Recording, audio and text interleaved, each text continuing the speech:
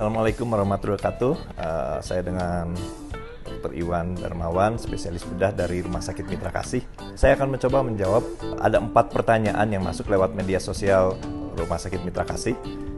Yaitu yang pertama dari Mea. Dia menyatakan, izin bertanya dok, untuk faktor pemicu adanya benjolan di payudara disebabkan dari apa? Sebelum menjawab ke situ, kita harus tahu dulu beberapa macam benjolan. Yaitu ada kista. Kista itu karena dia ada timbul dari jaringan payudara yang tumbuh secara berlebihan. Biasanya terjadi karena perubahan hormon. Ini tidak berbahaya. Yang kedua karena infeksi. Infeksi juga bisa menyebabkan satu benjolan di payudara. Yang terutama yang banyak sekarang adalah infeksi karena kuman TBC. Kemudian adanya tumor jinak. Tumor jinak terjadi karena pertumbuhan sel-sel payudara yang tidak normal. Dan yang terakhir adalah tumor ganas atau kanker, yaitu perubahan dari sifat sel-sel payudara yang berubah. Dari faktor pemicunya kita bisa lihat bahwa ada infeksi, ada hormonal, terutama infeksi dan hormonal itulah yang menyebabkan perubahan sehingga timbulnya benjolan di payudara. Itu mungkin jawaban untuk pertanyaan pertama dari Mea. Dan pertanyaan kedua dari Saya_Nawan. Mau bertanya penyebab terjadinya kanker payudara itu apa saja? Kanker payudara seperti saya katakan tadi itu dari perubahan sifat dari sel-sel payudara. Untuk terjadinya kanker ini tidak semata-mata terjadi begitu saja, harus ada faktor risiko.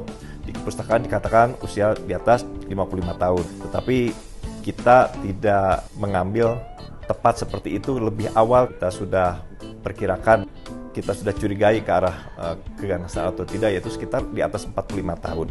Kemudian jenis kelamin, jelas terbanyak adalah wanita. Tapi jangan menyangka bahwa laki-laki tidak mungkin juga terjadi kanker payudara. Bisa saja, walaupun kejadiannya sangat kecil. Kemudian riwayat keluarga. Kalau ibu atau tante atau uaknya atau neneknya ada yang sakit atau meninggal karena kanker, kita harus berhati-hati. Walaupun usianya belum mencapai 45 tahun, masih misalnya usia 20 tahun, tapi ada benjolan, sebaiknya itu diperiksakan. Karena secara genetik dari atasnya sudah ada yang menderita kanker, sehingga ada kemungkinan genetiknya tidak baik. Kemudian merokok. Kita tahu merokok banyak sekali racunnya.